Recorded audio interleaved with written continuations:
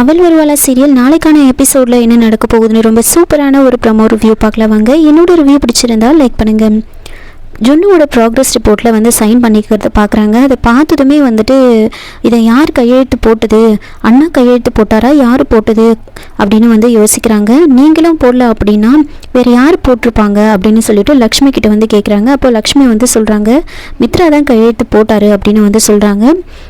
என்ன இது மித்ரா அண்ணா கையெழுத்து போட்டாரா அப்படின்னு எல்லாரும் ரொம்ப ஆச்சரியமாக கேட்குறாங்க. என்ன சொல்கிறோமா, என்னதான் நடந்துச்சு அப்படின்னு கேட்க உண்மையாவா அண்ணா தான் போட்டாரா அப்படின்னு வந்துட்டு விவேக் ஒரு பக்கம் ஷாக்காகி கேட்குறாங்க. அப்படின்னா மாமாவோட மனசு மாறிடுச்சா அப்படின்னு ஜானுவும் கேட்குறாங்க. ஆமாம், மித்ரா தான் கையெழுத்து போட்டார். நேற்று ராத்திரி என்ன நடந்துச்சுன்னா அப்படின்னு நடந்த விஷயத்த சொல்கிறாங்க. மித்ரா சைலண்டாக ரூம்குள்ளே நுழைஞ்சி ஜின்னுவோட ப்ராக்ரஸ் ரிப்போர்ட்டில் சைன் போட்டுட்ருப்பாரு. அப்போது லக்ஷ்மி வந்து பார்க்குறாங்க. இப்போ கண்ணாடியில் அவர் போட்டுட்ருக்கிறது தெரியும். அதை பார்த்ததுமே வந்துட்டு ரொம்ப எமோஷ்னல் ஆகிட்டு அவங்களே அவங்கள கண்ட்ரோல் பண்ணிட்டு படுத்திருப்பாங்க. அப்போது லக்ஷ்மி மனசில் வந்து நினைக்கிறாங்க, கடவுளே அவரோட மனசை மாற்றிட்டீங்க. தன்னோட பையனுக்காக ஏங்கிட்டு அந்த அப்பா கடைசியில் வந்துட்டாரு. ஜுன்னுவை தன்னோட பையனை ஏற்றுக்கிட்டு யார்கிட்டையும் எதுவும் சொல்லாமல் அமைதியாக கையெழுத்து போட்டுட்டு போயிட்டாரு அப்படின்னு வந்து லக்ஷ்மி சொல்கிறாங்க. இதை கேட்டதுமே வந்துட்டு அரவிந்தாவுக்கு ரொம்ப சந்தோஷம் ஆகிடுது. போதும் சாமி, அப்பாவும் பையனும் ஒன்று சேர்ந்தாலே எனக்கு அதுவே போதும். இவ்வளோ நல்ல செய்தியை சொன்ன லக்ஷ்மி என்னோட மனசே சந்தோஷத்தால் நிறைஞ்சிருக்கிப்போ அப்படின்னு சொல்ல, அதுக்கு மாமா உண்மையிலே கையெழுத்து போட்டார்னு என்னால் நம்பவே முடியல அப்படின்னு வந்துட்டு ஜானு ஒரு பக்கம் சொல்கிறாங்க. அந்த நிமிஷத்தில் என்னாலே நம்ப முடியல ஜானு, ஏதோ ஒரு அதிசயம் நடந்த மாதிரி இருக்குது அப்படின்னு சொல்கிறாங்க.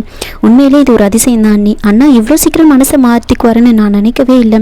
கடவுள் தான் மித்ராவோட மனசை மாற்றிருக்காரு. விவேக் ஜுன்னு உருவத்தில் வந்து மித்ராவோட மனசை கரையை வச்சிருக்காரு அப்படின்னு வந்து சொல்கிறாங்க. அதுக்கப்புறமா வந்துட்டு அப்போது மித்ராவோட அப்பா வந்து சொல்கிறாங்க, என்னதான் இருந்தாலும் வந்துட்டு மித்ரா முதல்ல வந்துட்டு லக்ஷ்மியை தான் ஏற்றுக்கிட்டு இருந்திருக்கணும். இல்லை அரவிந்தா, இந்த சந்தோஷம் இப்போதைக்கு மட்டும்தான், இது நிரந்தரமானது இல்லை அப்படின்னு சொல்ல உடனே விவேக் கேட்குறாங்க, ஏன் பெரியப்பா ஏன் அப்படி சொல்கிறீங்க? அண்ணா கையெழுத்து போட்டிருக்காரு, ஜுன்னு தன்னோட பையனை ஏற்றுக்கிட்டார்ல அப்படின்னு சொல்ல, அது மித்ரா எல்லாருக்கும் முன்னாடியே செஞ்சுருந்தா உங்களை மாதிரி நானும் சந்தோஷப்பட்டிருப்பேன். ஆனால் யாருக்கும் தெரியாமல் ரகசியமாக சைன் போட்டிருக்கான். வெளிப்படையாக சொல்லலைனாலும் மித்ரா மனசில் ஜுன்னுக்கு ஒரு இடம் கொடுத்துட்டாரு தானே அப்படின்னு சொல்ல, முதல்ல மித்ரா மனசில் இடம் கிடைக்க வேண்டியது லக்ஷ்மிக்கு தான். அவளை தன்னோட மனைவியை அவன் ஏற்றுக்கணும். இன்னைக்கு ஜுன்னுவை பையனாக ஏற்றுக்கிட்டான்னா கண்டிப்பாக ஒரு நாள் அண்ணியையும் மனைவியாக ஏற்றுப்பாரு அப்படின்னு சொல்ல, ஆமாம் அந்த நாள் சீக்கிரமே வரும் அப்படின்னு எனக்கு நம்பிக்கை இருக்குது அப்படின்னு சொல்கிறாங்க. அப்படி நடந்தால் நம்ம அக்காவோட எல்லா கஷ்டமும் முடிஞ்சிடும் அத்தை அப்படின்னு சொல்லும்போது, என்னம்மா நீ என்ன நினைக்கிற அப்படின்னு லக்ஷ்மி கிட்ட கேட்க, என்னோட கஷ்டத்தை பற்றி நான் ஒரு நாளும் நினச்சதே கிடையாது மாமா. இப்போ என் மனசில் இருக்கிறது ஜுன்னு மட்டும்தான்.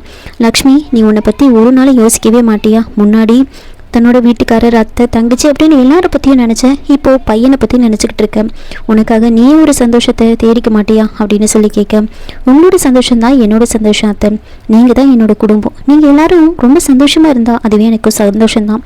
உன்னோட நல்ல மனசு தான் உன்னை காப்பாற்றும் அண்ணி. சீக்கிரமே அண்ணா எல்லாருக்கும் முன்னாடியும் உங்களை மனைவியை கண்டிப்பாக ஏற்றுப்பாரு அப்படின்னு விவேக் சொல்ல, அந்த நாள் சீக்கிரம் வரும். அக்காவும் மாமாவும் திரும்ப ஒன்றா சேர்ந்து அவங்களுக்கு இடையில யாருமே வரக்கூடாது அப்படின்னு சொல்ல, மனிஷா ஒரு பக்கம் ரொம்ப வேகமாக போகிறாங்க.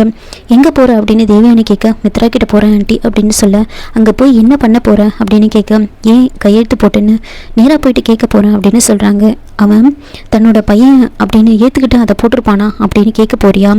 அவன் ஆமாம் என்னோட பையனை நான் ஏற்றுக்கிட்டு போட்டேன் அப்படின்னு சொன்னான். அதுக்கப்புறம் நீ என்ன பண்ண போகிற அப்படின்னு வந்து கேட்குறாங்க. நீ எதுவும் செய்ய முடியாதுல்ல, அப்படி இருக்க இவ்வளோ நாள் நான் எதுக்காக இங்கே காத்துட்ருக்கணும், அதை தான் இப்போ போய் நான் கேட்க போகிறேன் அப்படின்னு சொல்கிறாங்க. அவசரப்பட்டு கோவத்தில் நடந்துக்கிட்டா மித்ரா உன்னை விட்டு ரொம்ப தூரமாக போயிடுவான் அப்படின்னு சொல்ல, அப்படின்னா நான் என்ன செய்யணும் ஆண்டி அப்படின்னு கேட்குறாங்க. நிதானமாக யோசித்து ஒவ்வொரு அடியும் எடுத்து வை. இப்படிப்பட்ட நேரத்தில் ரொம்ப தந்திரமாக இருக்கணும். மித்ரா எந்த நேரத்தில் கையெழுத்து போட்டார்னு உனக்கு தெரியாது, எனக்கும் தெரியாது. முதல்ல அதை தெரிஞ்சுக்கணும். என்ன நோக்கத்துக்காக கையெழுத்து போட்டார்னு தெரிஞ்சுக்கணும். அதுக்கு தான் அவங்ககிட்ட போகிறேன்னு சொல்கிறேன் அப்படின்னு சொல்ல, ஆனால் கோவத்தில் இல்லை, அமைதியை யோசித்து பேசு. இந்த கோவத்தை முதல்ல விட்டுடு. வீட்டில் இருக்கிற எல்லாரும் மித்ராவும் லக்ஷ்மி ஜுன்னும் எல்லாரையும் ஒன்றா சேர்க்கணும்னு தான் ட்ரை பண்ணிட்டு இருக்காங்க. இப்போ நீ போயிட்டு செய்ய வேண்டியது ஒன்று தான். பொறுமையாக இருந்து மித்ராவோட மனசில் என்னதான் சொல்கிறாரு, அவர் என்னதான் புரிஞ்சு வச்சிருக்காரு அப்படின்னு தெரிஞ்சுக்கோ. ஜுன்னு விஷயத்தில் அவர் என்ன நினைக்கிறான்னு மெதுவாக கேட்டு தெரிஞ்சுக்கோ. லக்கி வருத்தப்படக்கூடாதுன்னு கையெழுத்து போட்டாரா, ஜுன்னு அழுத்ததுனால கையெழுத்து போட்டாரா, இல்லை அவனை உண்மையாகவே தன்னோட பையனை ஏற்றுக்கிட்டு கையெழுத்து போட்டானா, முதல்ல அதை கண்டுபிடிக்கணும். அது வரைக்கும் நீ அமைதியாக இருக்கணும் அப்படின்னு சொல்கிறாங்க. சரிங்க ஆண்டி, நீங்கள் சொல்கிற மாதிரியே செய்கிறேன். முதல்ல அந்த 2 குட்டி பேசாசங்களும் மித்ராவோட ரூமுக்கு போயிருக்காங்க. அங்கே என்ன நடக்குதுன்னு பார்ப்போம் அப்படின்னு போகிறாங்க. அங்கே வந்துட்டு மித்ரா கிட்ட வந்து ஜுன்னு வந்து தேங்க்ஸ் சொல்லிட்டு இருப்பாங்க. அப்பா நீங்கள் என்னோடய ப்ராக்ரஸ் ரிப்போர்ட்டில் கையெழுத்து போட்டதுக்கு ரொம்ப தேங்க்ஸ். நீங்கள் கையெழுத்து போட மாட்டீங்கன்னு நான் ரொம்ப பயந்தேன், அதனால தான் ரொம்ப அழுதேன், அதனால தான் எனக்கு ஃபீவரும் வந்துச்சு அப்படின்னு சொல்ல லக்கி உடனே ஆமாம்ப்பா இப்போ ஜுன்னுவுக்கு ஃபீவரும் குறைஞ்சிருச்சு, அவன் ரொம்ப சந்தோஷமாக இருக்கான். நாங்கள் ஸ்கூலுக்கு போய் எல்லாருக்கிட்டேயும் உங்களோட சைனை காமிச்சு இவர் தான் என்னோட அப்பா அப்படின்னு பெருமையாக சொல்லுவோம் அப்படின்னு சொல்ல ஜுன்னு இத்தனை நாளும் எனக்கு அப்பா இல்லைன்னு எல்லாரும் ரொம்ப கிண்டல் பண்ணாங்க, அப்பா இல்லாத பையனே கிண்டல் பண்ணாங்க. இப்போது எங்கள் அம்மா லக்ஷ்மி எங்கள் அப்பா நீங்கள் தான் அப்படின்னு எல்லாருக்கிட்டையும் பெருமையாக தைரியமாக சொல்லுவேன். என்னை சந்தோஷப்படுத்துறதுக்கு கையெழுத்து போட்டதுக்கு ரொம்ப தேங்க்ஸ் அப்படின்னு ஜுன்னு சொல்கிறாங்க. இனிமேல் ஒவ்வொரு முறையும் நீங்கள் தான் கையெழுத்து போடணும் அப்படின்னு சொல்லிட்டு போகிறாங்க. சரி நீங்கள் போயிட்டு ரெடி ஆகுங்க அப்படின்னு சொல்ல அப்போ வந்துட்டு மனிஷா அங்கே வராங்க. மித்ரா கிட்ட பொறுமையாக கேளு, அவன் கோவப்படுற மாதிரி பேசாத, நிதானமாக பேசு அப்படின்னு சொல்லி அனுப்புகிறாங்க. மனிஷாவும் உள்ளே வராங்க.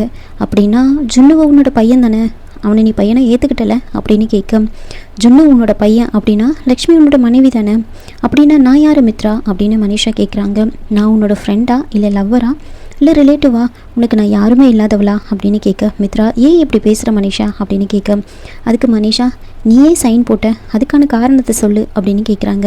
அதுக்கு மித்ரா வந்துட்டு நான் கையெழுத்து போட்டதுனால ஜுன்னுவை என்னோட பையனாக ஏற்றுக்கிட்டேன்னு அர்த்தம் கிடையாது அப்படின்னு சொல்ல அதுக்கு மனிஷா அதுக்கு அதானே அர்த்தம் மித்ரா அப்படின்னு சொல்ல இன்றைக்கி ஜுன்னுவை ஏற்றுக்கிட்டேனே நாளைக்கு லக்ஷ்மியை ஏற்றுக்குவேன், அப்புறம் என்ன இந்த வாழ்க்கையிலேருந்து வெளியே அனுப்பிடுவேன். மித்ரா சொல்கிறாங்க நான் ஜுன்னுக்காக கையெழுத்து போடலை அப்படின்னு சொல்ல அப்படின்னா லக்ஷ்மிக்காக கையெழுத்து போட்டியா அப்படின்னு கேட்குறாங்க. அதுக்கு மித்ரா லக்கிக்காக போட்டேன் அப்படின்னு சொல்கிறாங்க. அப்படியா, காரணத்தை என்கிட்ட இருந்து மறைக்க முயற்சி பண்ணுறியா அப்படின்னு கேட்க அதுக்கு மித்ரா நீ காரணத்தை கேட்ட அதை தான் நான் சொல்கிறேன். ஜுன்னுவுக்கு ஃபீவர் வந்ததுக்கு லக்கி ரொம்ப ஃபீல் பண்ணா, அவள் கஷ்டப்படுறதை என்னால் பார்க்க முடியல, அதனால தான் கையெழுத்து போட வேண்டியதாயிடுச்சு அப்படின்னு சொல்ல உடனே மனிஷா சரி இன்னைக்கு லக்கிக்காக ஜுன்னுவை ஏற்றுக்கிட்ட நீ நாளைக்கு லக்கிக்காக லக்ஷ்மிக்காக வருத்தப்பட்டா லக்ஷ்மியை மனைவியை ஏற்றுப்பியா, அப்போ நான் என்ன செய்யணும் மித்ரா, இத்தனை வருஷமாக உனக்காக காத்துட்டு இருந்து உன்னையே என்னோட உலகமாக நினச்சி வாழ்ந்த நான் கடைசியில் உனக்கு யாரும் இல்லாதவளை போயிட்டேனா அப்படின்னு கேட்குறாங்க. அப்படியே நான் போயிடணுமா, அப்படி ஒரு நிலைமை வந்தால் இந்த வீட்டை விட்டு என்னோட பணம் தான் போகும்.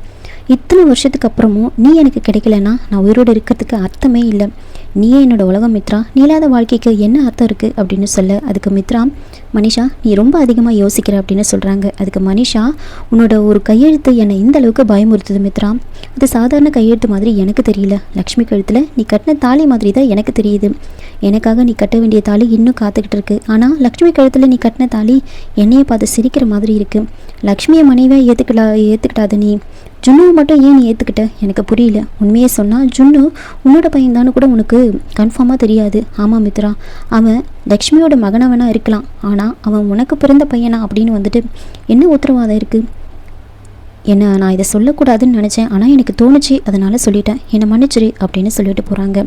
இன்னொரு பக்கம் எல்லோரும் சாப்பிட்றதுக்காக வந்து உட்காந்துட்டு இருப்பாங்க.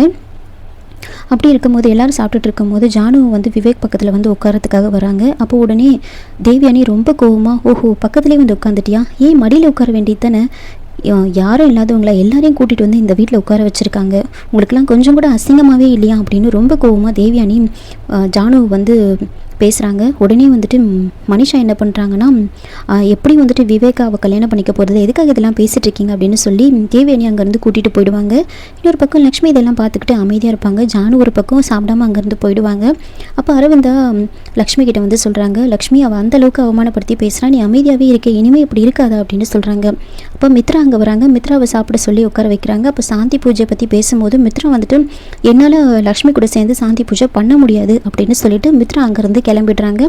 இதோட இந்த ப்ரோமோ வந்து முடிச்சிருக்காங்க. என்னோட ரிவ்யூ பிடிச்சிருந்தா லைக் பண்ணுங்கள், மறக்காமல் சப்ஸ்கிரைப் பண்ணுங்கள். தேங்க்யூ.